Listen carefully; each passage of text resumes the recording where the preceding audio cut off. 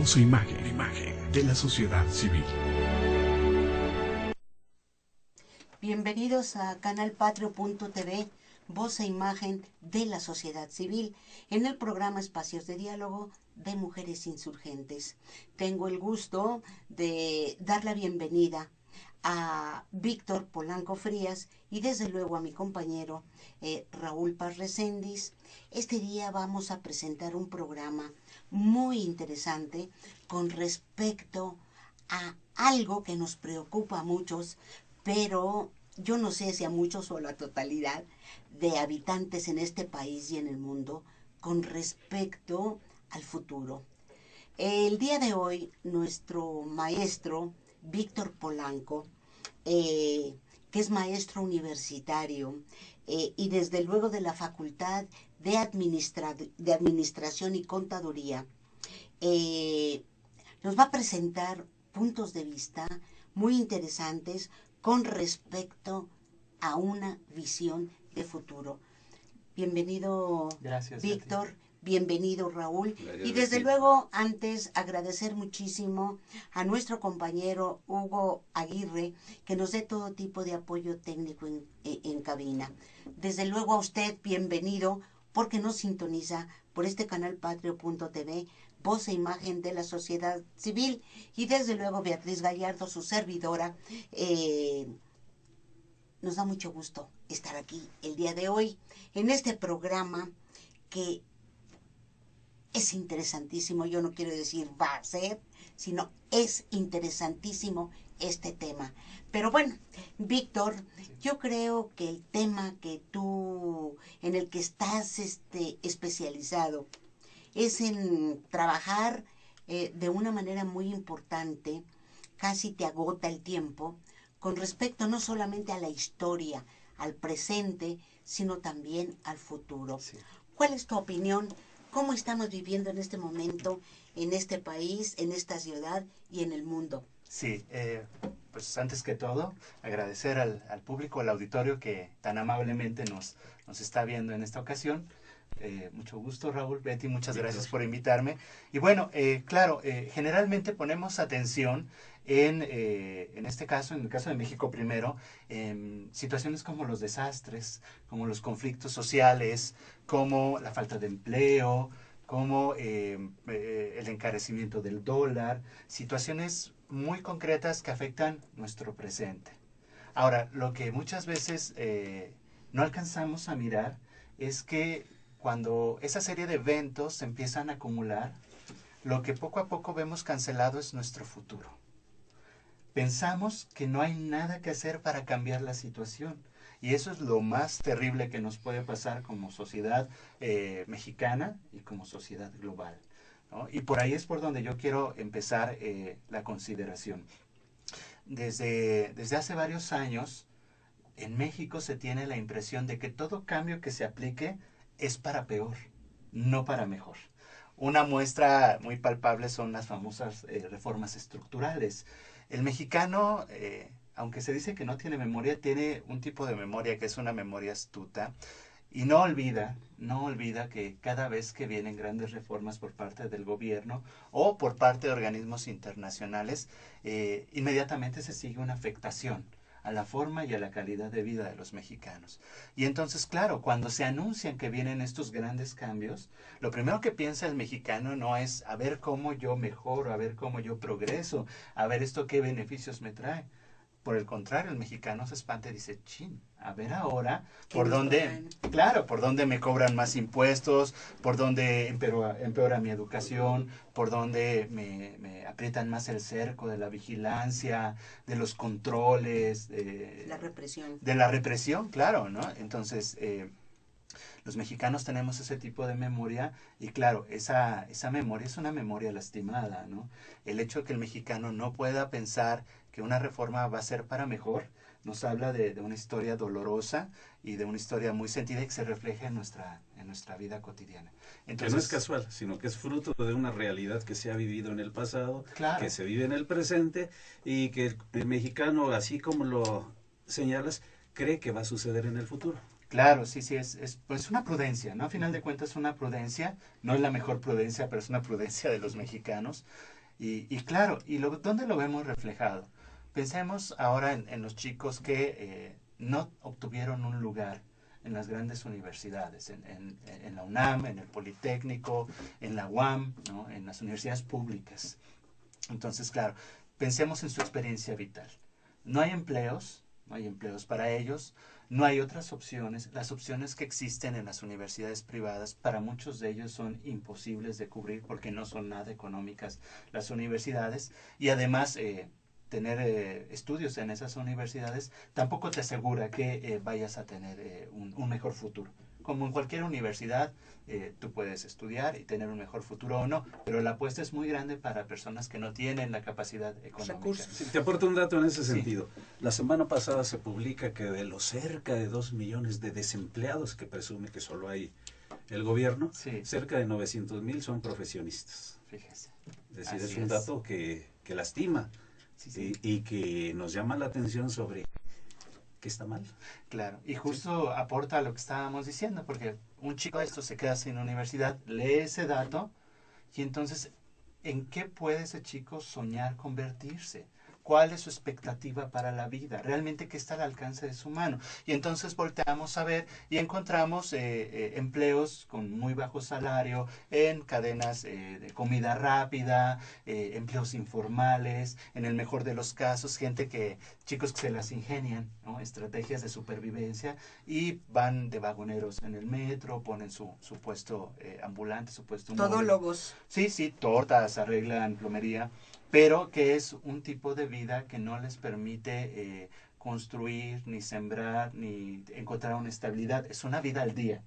Y vivir al día es vivir en una vulnerabilidad Sin sembrar expectativas. Claro. Desarrollar expectativas a futuro que los lleve a mejorar. Sí, no, ellos están en el día a día porque el día que se enferma alguien en la familia, pues ya no salió.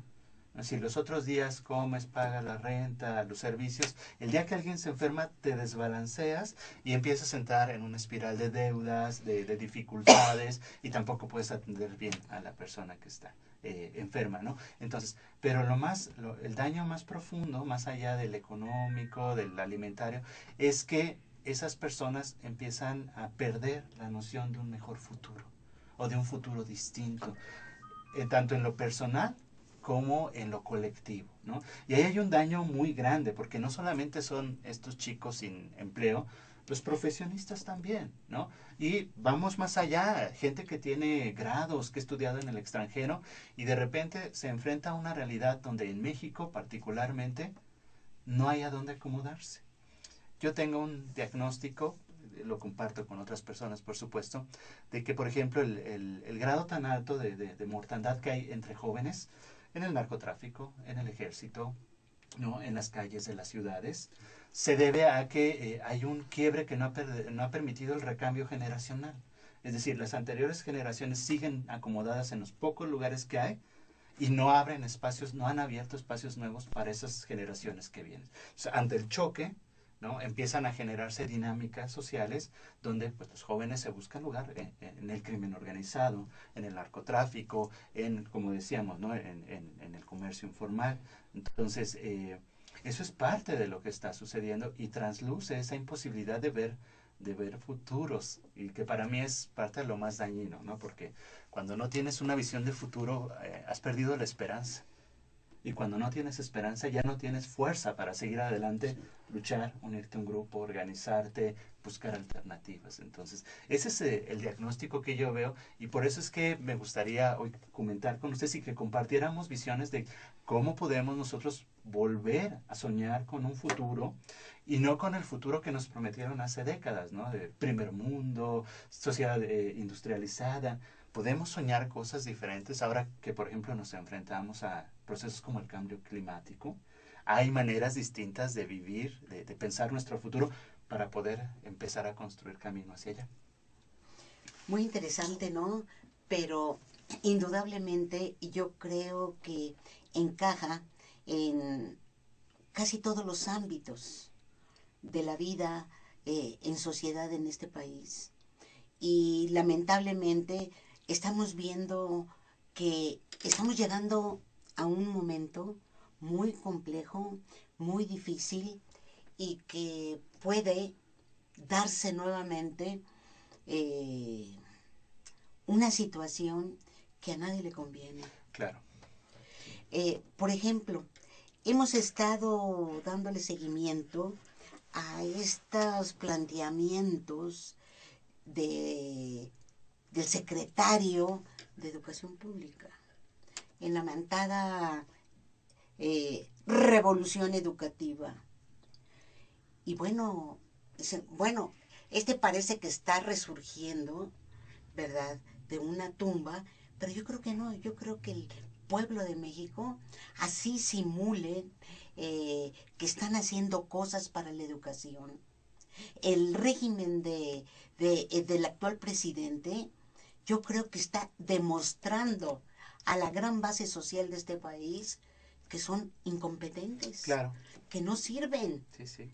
Y lo que tú decías, que es bastante interesante, con respecto que hay una afectación no solamente en el modo y la calidad de la vida de cualquiera de los habitantes de este país. Es decir, nos dan y nos dan y nos dan gato por liebre. ¿Y qué pasa? Claro. Yo veo muy difícil algo que tú planteas, encontrar una visión de futuro. No sé, desde el punto de vista político, si estamos totalmente, pues no solamente inapetentes, estamos desesperanzados. Claro. Sí, sí, sí, sí, sí. Buscamos en una votación, bueno, voy a votar por el menos peor. Sí. Entonces, ¿de qué se trata, Y te Víctor? preguntas, ¿lo hay? ¿Hay menos peor? Claro, sí, sí, justo, y no solamente en la institución política, y eso es lo que yo quisiera como mostrar, ¿no? Parece ser que las instituciones que construimos en este país y tal vez en muchas partes del mundo han llegado a un punto de agotamiento, ¿no? Lo que podemos llamar incapacidad de las instituciones y de sus funcionarios también se debe, y vean cómo el hilo de lo imaginario es muy fino, pero es muy potente, ¿no? Se debe a que ellos no tienen una visión, ¿no?, de futuro, una visión con posibilidades. Y como no la tienen, su espíritu y su ánimo va dirigido a depredar lo que existe, a acabarlo, ¿no? En el sentido de que yo voy a estar bien y voy a acaparar y acumular millones de pesos. Yo no sé alguien para que necesite 7 casas u 8, ¿no? Barcos, yates, lujos, ¿no?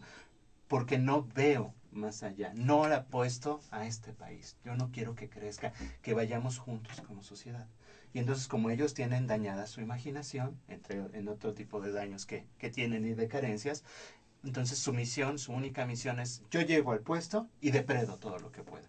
Y depredo en todos sentidos, no solo en el económico, sino también en el moral, en la libertad de expresión, ¿no? Depredo a los periodistas que se atreven a levantar la voz, depredo a los grupos, depredo a las universidades, me quedo con el presupuesto para la universidad, ¿no? Me desvío fondos de desarrollo social. Entonces, podemos pensar simplemente que son gente mala o que son gente que se ha echado a perder moralmente de alguna forma. Pero también podemos verlos como personas con una imaginación lastimada. Y lo mismo está pasando, por ejemplo, en Estados Unidos, ¿no? Que lo traigo a cuento porque nos afecta directamente en México y en Latinoamérica, Centro de Latinoamérica. Y donde también ellos están en una situación muy parecida. Y vemos en su proceso electoral quiénes son los candidatos. Y ambos candidatos son para que nosotros empecemos a rezar y a llorar y le pidamos a todos los santos que algo pase, que llegue un tercero, porque esos dos se ven terribles. Hay un panorama terrible para nosotros. Hay tercero, pero está al mismo nivel o peor. Peor, bueno, Sí. pues entonces el punto aquí es darnos cuenta de que muchas de nuestras instituciones están agotadas. Volviendo a los diputados, a los legisladores. No sé, tú estás más enterada, pero yo en los últimos años no he escuchado un proceso de oposición fuerte de cualquiera de los partidos y grupos de la Cámara frente a una propuesta de ley. Y eso me parece grave, me parece muy grave porque nos habla de que las agendas están puestas, los acuerdos están pactados, o como dicen en largo, está planchado, ¿no? Y Y entonces la existencia de una Cámara de Diputados o de senadores se vuelve simulación. Y volvemos a ese mismo esquema, ¿no? No hay una visión de futuro para el país, para el pueblo de México, y entonces esas instituciones se vuelven perversas y empiezan, en vez de construir, empiezan a depredar todo lo que encuentran alrededor. Y lo mismo podemos ver para la Suprema Corte de Justicia, para el Ejecutivo y para las instituciones de salud y para las instituciones educativas. Entonces, el futuro que nos planteamos hace 80, 100 años, ¿no? Llegó, se produjo bien o mal y se agotó. Y ahorita es un momento, y ese es el tema que les pongo, porque quiero que yo no tengo las respuestas, que me ayuden a ver, porque es el momento de volver a imaginar. Bueno, esto ya se acabó, ya no va más. Y podemos caer en este escenario que tú hace rato no nos insinuabas, Betty, de descomposición social, de enfrentamiento armado, de fractura de las distintas etnias y naciones que habitan el país, porque hasta eso está en peligro. O podemos empezar un proceso de imaginar nuevas instituciones, nuevas formas de estar juntos. Pero viene el cómo. El cómo, un momento creativo, ¿no? interesante. ¿Y con ¿no? qué? ¿Y con qué? ¿Y con qué? Sí, sí, sí. Es decir, pienso que necesitamos una mayor claridad con respecto a hacer conciencia entre la gran base social para que sea una conciencia con ciencia, con conocimiento de salida a su realidad. Nosotros hemos pensado siempre que hay necesidad de organizar a la base social. El pueblo tiene que estar organizado. Si no, no puede dar respuesta organizada a esto que tú estás planteando, que es en verdad un caos y que puede tener resultados incalculables. Y desde luego requerimos entonces la organización política.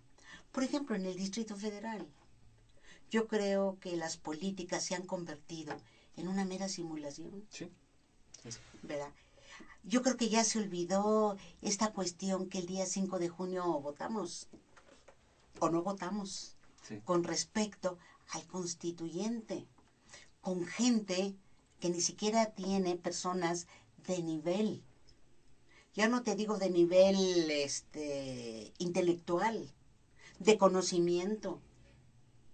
Son ajenos, son simplemente títeres de una mano, como dicen por ahí, de un Big Brother. Ajá. Que está moviendo todo el asunto.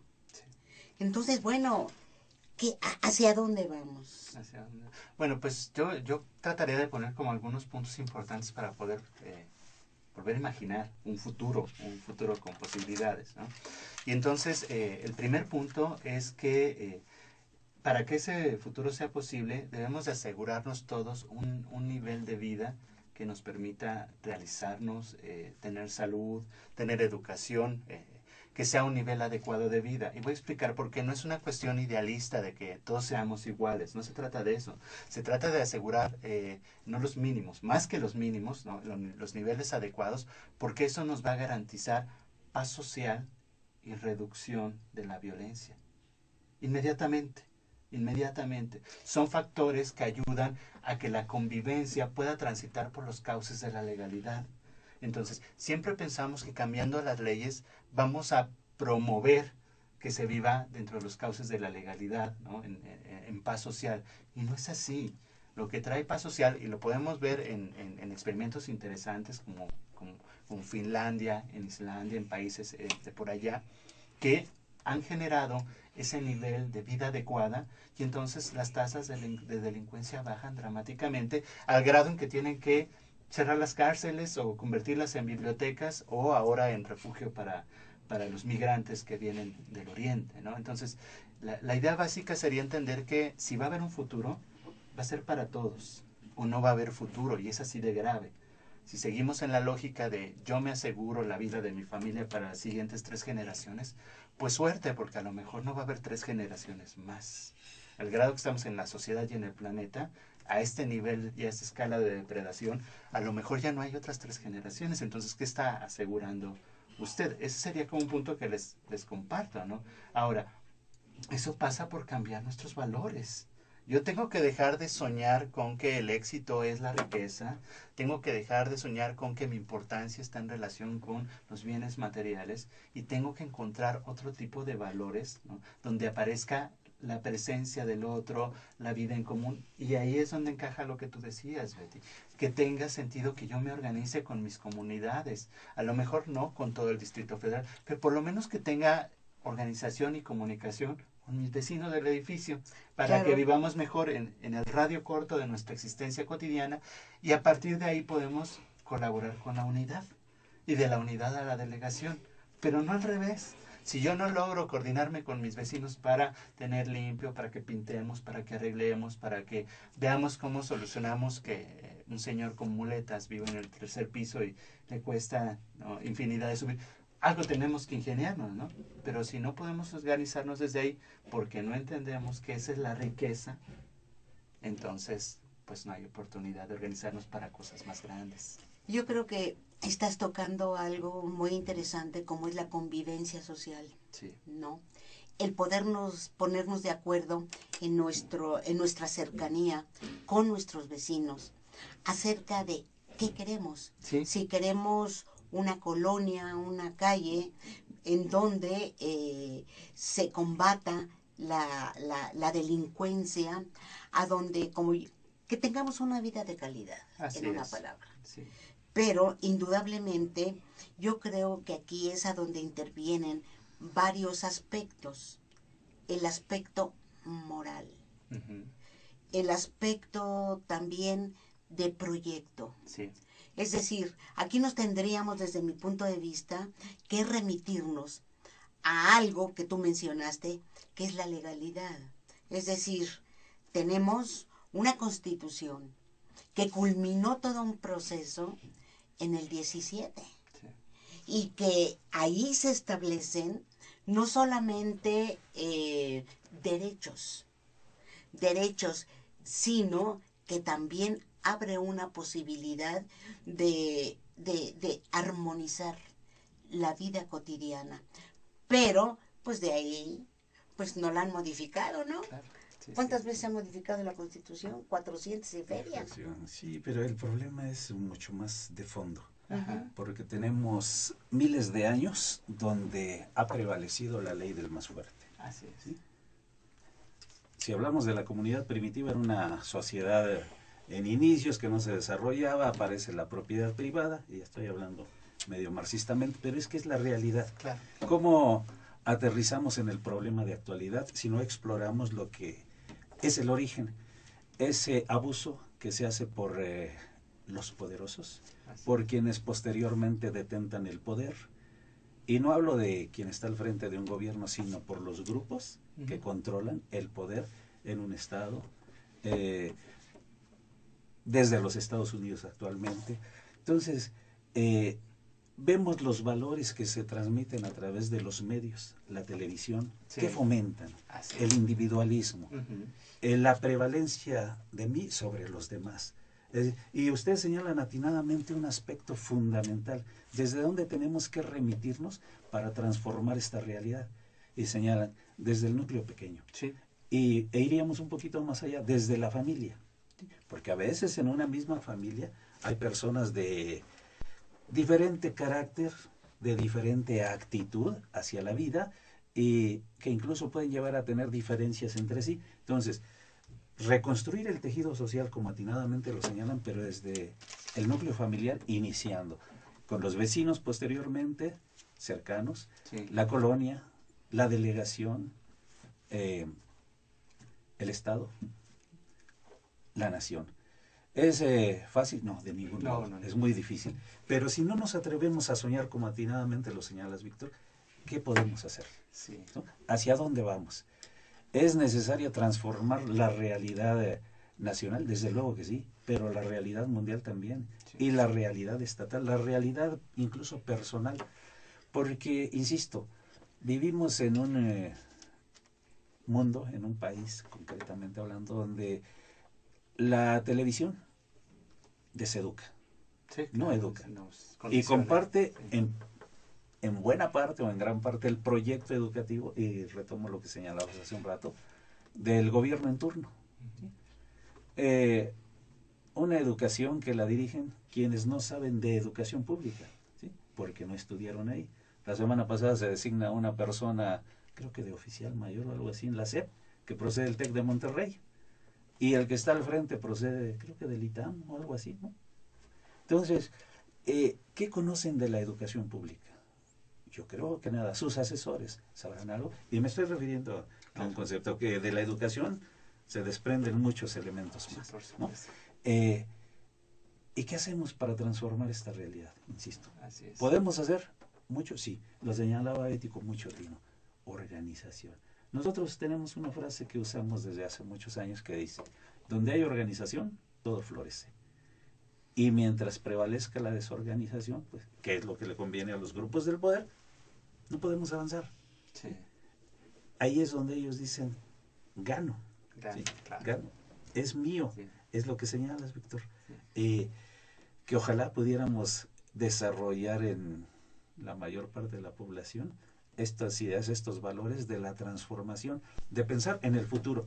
No como atinadamente lo señalas, que muchos lo hacemos en la actualidad. Pues hoy ya la hice, mañana no sé. Mañana quién sabe, ¿Sí? sí. Entonces sí. no puedo pensar en el mañana si no he resuelto lo del hoy. Y eso es la preocupación que tienes, localizo, y es parte del trabajo que realizas y que de veras llama la atención porque nosotros que hemos participado en proyectos políticos sí pensamos en el mañana. En el mañana, Sí, claro. en el cómo le hacemos para transformar esa realidad, qué podemos aportar, de qué manera nos organizamos. Sí. Hoy lo hacemos desde otras trincheritas, pero seguimos en el mismo proyecto, pero qué difícil es avanzar. Sin embargo, no cejamos en el empeño. Sí, y yo creo que esa es una, Raúl, creo que es una de las tareas importantes que hay que rescatarle a los políticos, porque no es que los políticos no sirvan para nada. Entre muchas otras cosas, el político sirve para pensar y soñar futuro, futuro de sociedad, futuro legislativo, futuro del país. Hay otros que sueñan también en futuro, ¿no? Por ejemplo, En su futuro. en su Sí. futuro En o su bolsillo. en futuros empresariales, desde distintos ángulos. Ya ves que ha aparecido el comercio justo, ¿no? Otra manera de crear empresas, pero bueno. Entonces yo creo que sí es importante rescatar esa función del político, ¿no? Como alguien que, junto con un grupo, representando, organizado con un grupo, viene a ser su propuesta de futuro, pero no un futuro nada más para el grupo, que es lo que no entienden el día de hoy, un futuro para donde todos los demás también tengan su lugar y sea un buen lugar. Rescatar la política. Así es, La política. esa visión de política. El segundo punto que yo pondría como para platicar, para volver a soñar el futuro, es el punto de desarrollar una forma de vida sustentable en serio, ¿no? Pasamos de lo político, social y económico a algo que tiene que ver directamente con nuestra vida, con nuestra biología, ¿no? Y la prevalencia de la especie humana como tal. Claro, y entonces tenemos que empezar a deshacernos de valores que se han instalado, como el valor de la comodidad, voy a mencionar la comodidad, la inmediatez, ¿no? Y la superabundancia. Volvemos a lo mismo, es un valor tener muchos recursos materiales, ¿no? Parece que si yo tengo más casas, coches, relojes, más valgo como persona. Esas son las cosas que desde ya tenemos que empezar a limitar. ¿Por qué?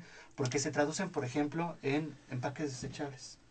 A mí de verdad me espanta, me aterra ver lo que yo solo en mi casa produzco de basura. O sea, es increíble. El empaque trae empaque.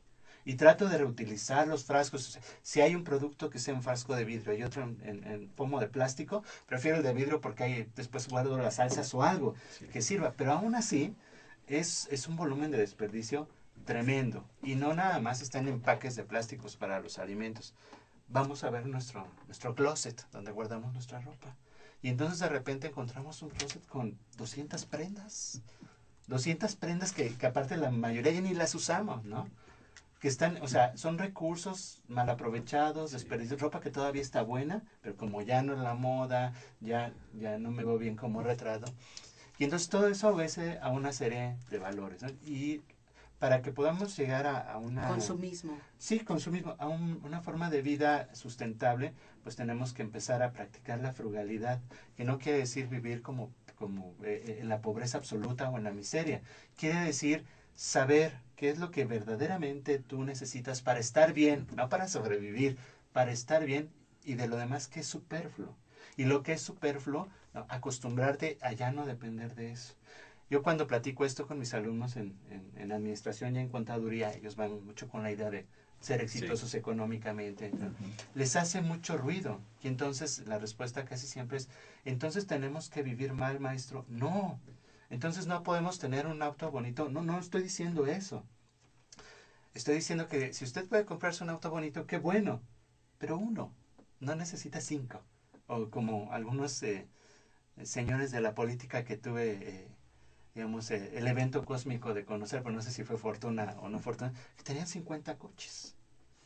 Ese grado de enfermedad mental ya es demasiado, ¿no? Porque ni los puedes usar todos, ¿no? Que los usaran un día al año, ¿no? Pero yo cuando vi eso dije, a mí me llama mi mamá, yo me voy para otro lado porque aquí algo ya está mal. Entonces les decía, pero tenemos que empezar otra vez por nosotros, ¿no? Y volver a colocar nuestro valor donde está. ¿Y dónde está?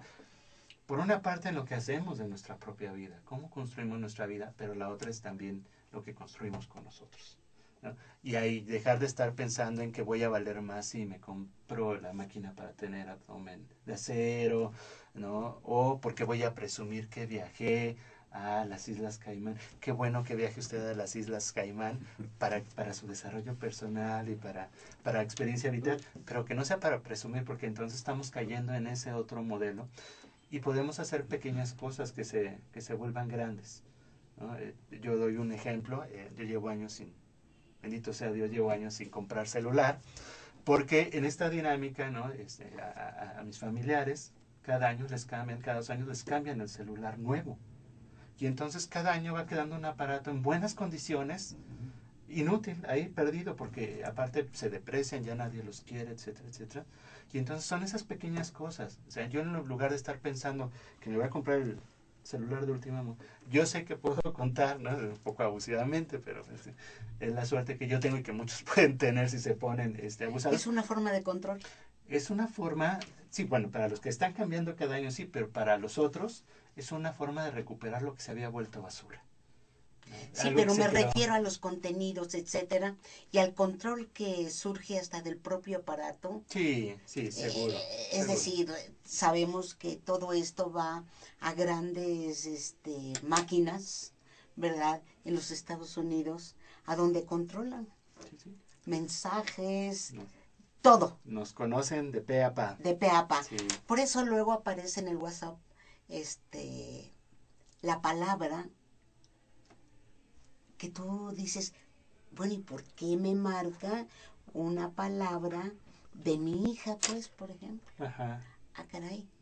Sí, sí, ya me tienen bien, Checadas. bien medido, sí. Pero bueno, sí, regresando, eso sería parte del punto que yo propondría. Y está a nivel personal, a nivel familiar, a nivel barrio, ciudad, ¿no? Aprender a vivir de manera, yo lo voy a poner así, frugal. Pero no para vivir y sobrevivir, sino para vivir bien. Lo justo para vivir bien. Con bienestar. Sí, con bienestar. Sí, ni más ni menos. Yo diría que con cierta calidad de vida. Claro, también. Vida digna. Alegres, sí. ¿Cuál es tu tercer punto? Bueno, el tercer punto es un punto que me ha costado mucho tiempo poder alcanzar y lo voy a decir porque se me hace que es el punto más poderoso de todos, aunque va a parecer incluso, no sé si frívolo o cursi, ¿no? El tercer punto para poder imaginar un futuro es darnos cuenta de que podemos vivir una vida alegre, como somos y donde estamos. Y por eso digo que es un punto que suena muy simple y muy sutil, pero es de los más poderosos. Claro. La gente vive atada a una idea de felicidad, donde la felicidad se alcanza siempre y cuando cumplas algún tipo de meta. Si fundo mi empresa, si compro mi coche, si me caso, si tengo hijos. Cuando me case, cuando entonces la felicidad como idea social se desplaza siempre al futuro. Llega el momento en que alcanzas la meta y ¿qué pasa? ¿Ya eres feliz? No, por supuesto que no, porque estás viendo ya qué sigue, ¿no? Y vemos con la gente que es supermillonaria, ¿no? El primer millón, los primeros 100 millones, los primeros 1000 millones y siguen sin ser felices.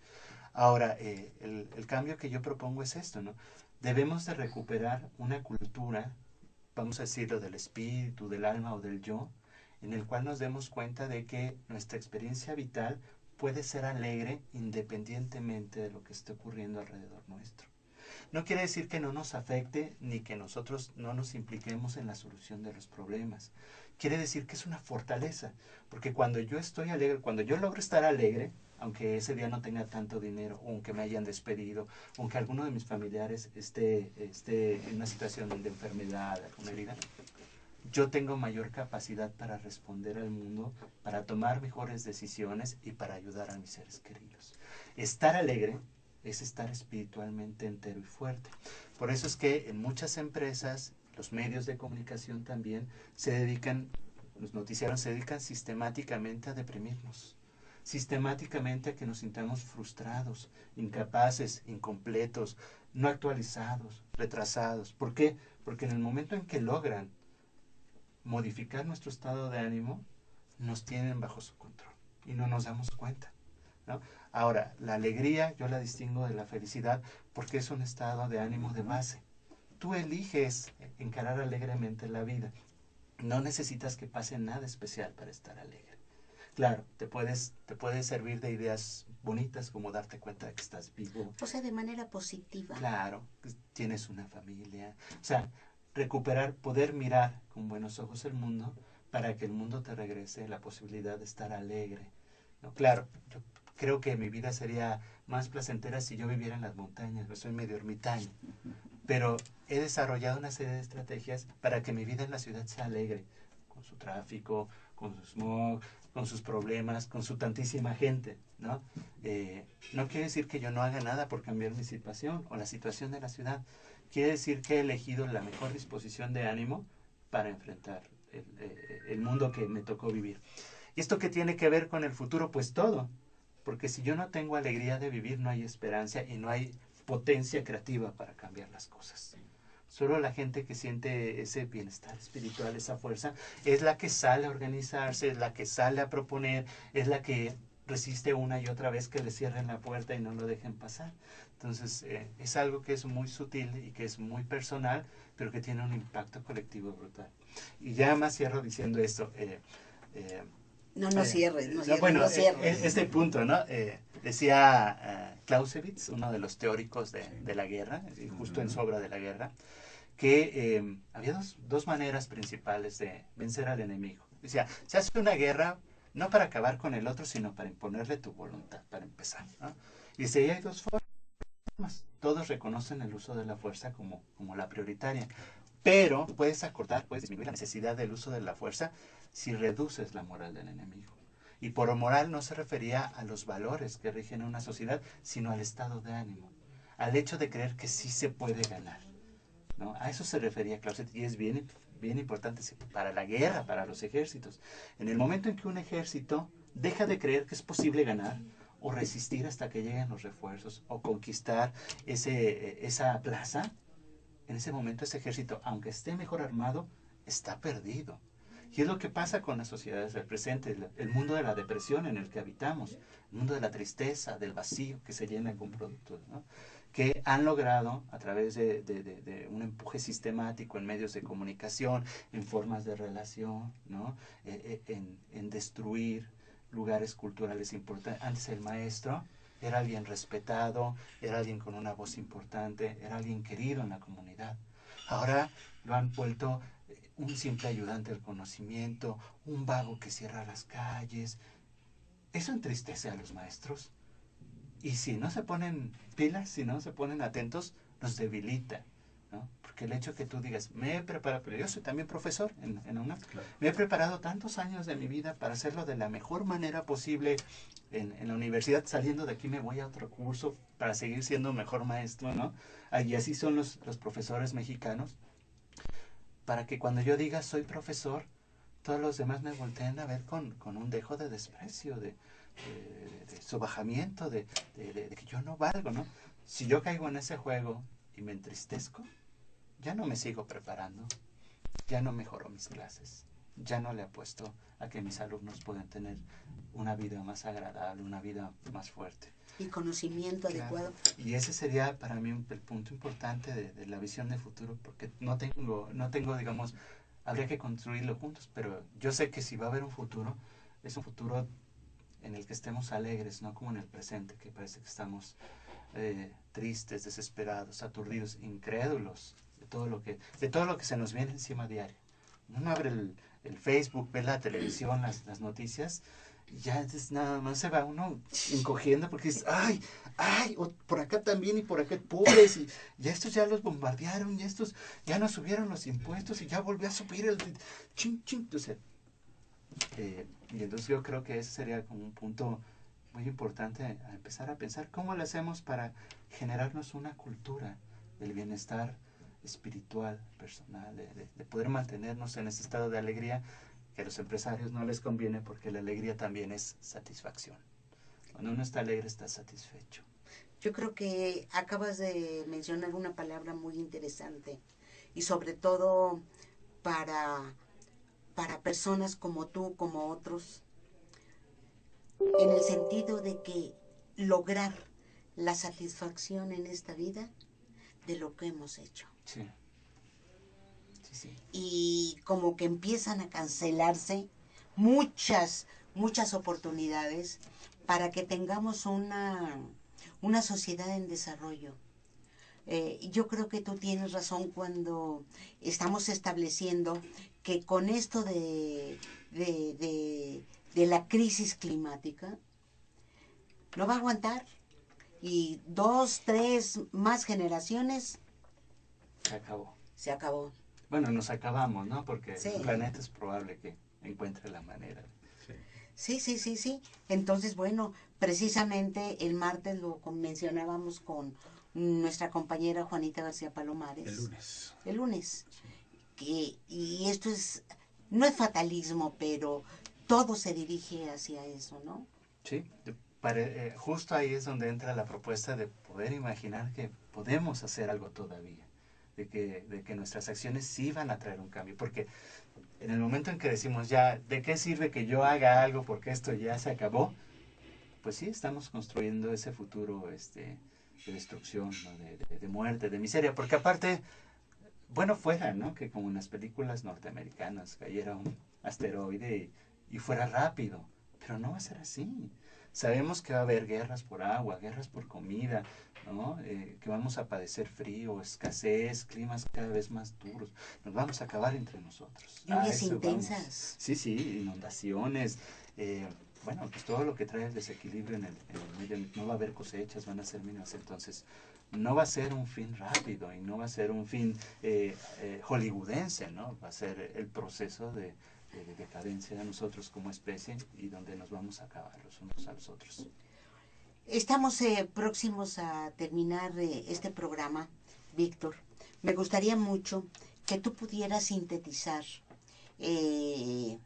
alguna de las cuestiones que tú planteas. Eres un maestro universitario, trabajas con jóvenes en una materia muy interesante. Creo que hubo algo por ahí que no incluiste o que está inmerso, ¿verdad?, en una sociedad sustentable en donde la corrupción en estos momentos es algo que está destruyendo Sí.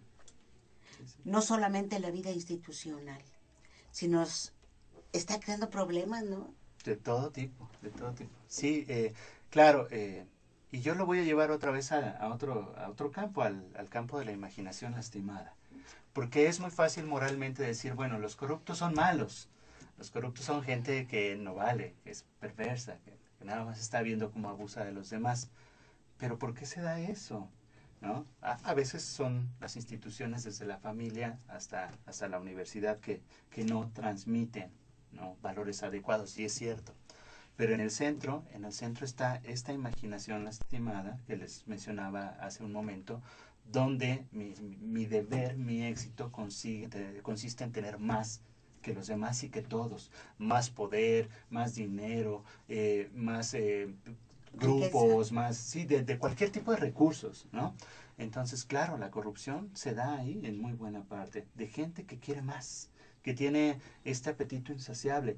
Los griegos tenían un término que se llama ibris para ese tipo de apetito, ¿no? Y era tan temido en Grecia que se hicieron muchas tragedias con respecto a la ibris de los gobernantes. Ibris se traduce como desmesura, cuando ya no tienes límite. Y siempre que alguien alcanzaba la ibris, la desmesura, los dioses lo castigaban. Y lo castigaban como con peste. Ahora vamos a traerlo al día presente, ¿no? Vean si no estamos en estado de peste en México, ¿no? Por la ibris de nuestros funcionarios, por la ibris de los empresarios y también por la ibris de muchos ciudadanos, por la desmesura, ¿no? Ya no saben hasta dónde es suficiente otra vez para que vivan bien, entonces es más y más y más, y la desmesura lleva a la locura, porque ya no tienes un parámetro para medir el valor de las cosas. Y ese es el punto de quiebre para nuestra sociedad. Entonces, tiene un lado moral, sí puede transmitir otro tipo de valores. Yo proponía aquí uno, nada más como propuesta, ¿no? La frugalidad, que es un valor muy antiguo y de muchas culturas que han sido sabias, ¿no? Pero también tiene que ver con poder reconstruir los ideales, ¿no? Para que yo sea una persona exitosa, para que yo sea una persona que sea reconocida por su grupo, ¿no? ¿Cómo tengo que ser? ¿Qué tengo que hacer? Y entonces tenemos que volver a llevar los ideales a que sea una persona comprometida, que sea íntegra, que sea coherente entre lo que dice y hace, ¿no? Como este presidente, pues sí se puede, ¿no? Como el presidente Pepe Mujica, ¿no? Que dice, pues yo no necesito este salario tan grande, yo no necesito una limusina que me lleve a mi casa, yo no necesito viajar en un avión de 7,000 millones de pesos o de dólares, ¿no? Y mi función como presidente la cumplo. Y no necesito ni más ni menos. Y no soy ni más ni menos que otro presidente. Ahí está una muestra de que es posible soñar y hacer posible, construir otras formas de política, de liderazgo y un futuro diferente para todos nosotros. Así es. Yo nada más quiero recordar una frase de mi abuelita. Una persona que no fue letrada, una persona que fue trabajadora, que trabajaba en el campo, pero además que se convirtió en cajetera. Entonces mi abuelita decía, haz el bien y no veas a quién. Claro, tienen su sabiduría, claro, todas esas frases, claro, ¿no? Sí. Es la sabiduría popular. Claro Del que bien sí. común, de la solidaridad, del apoyo mutuo.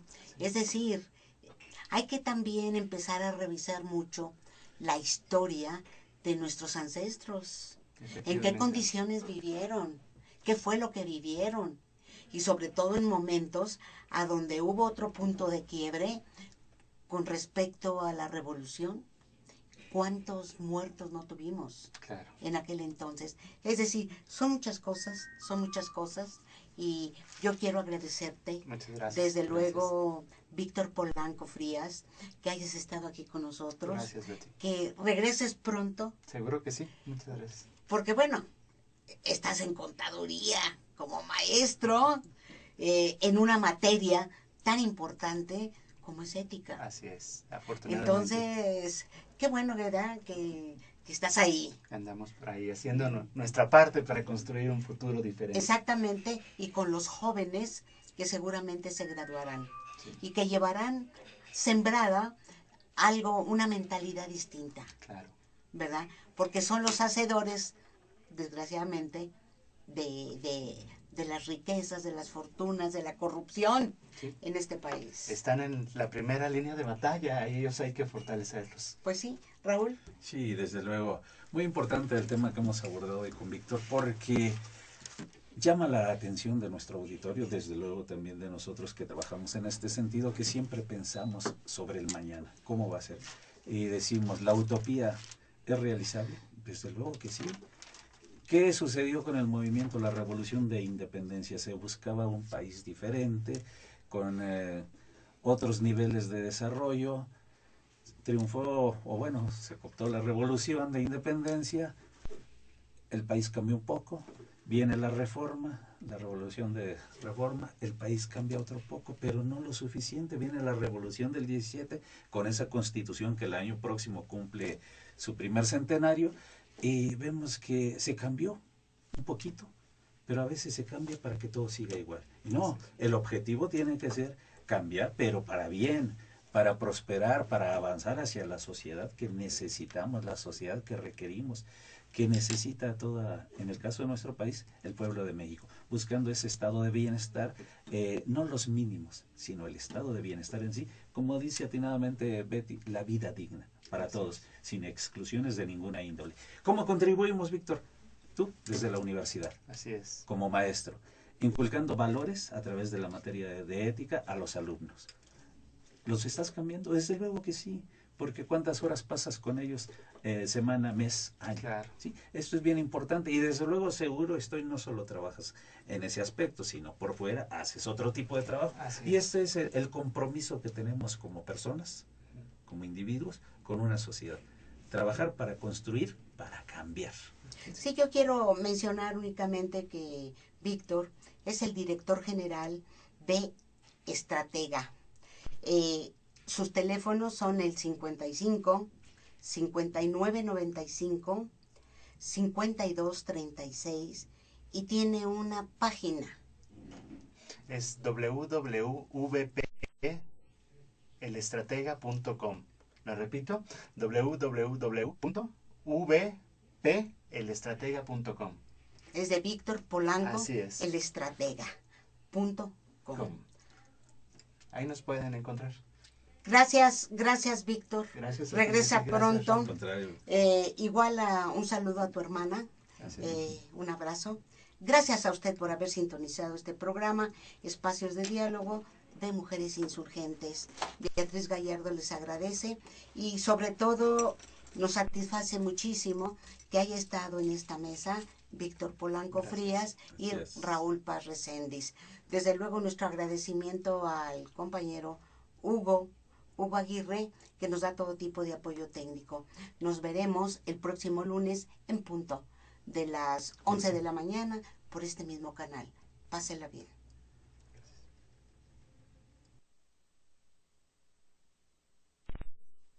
Canal Patrio, voz e imagen de la sociedad civil.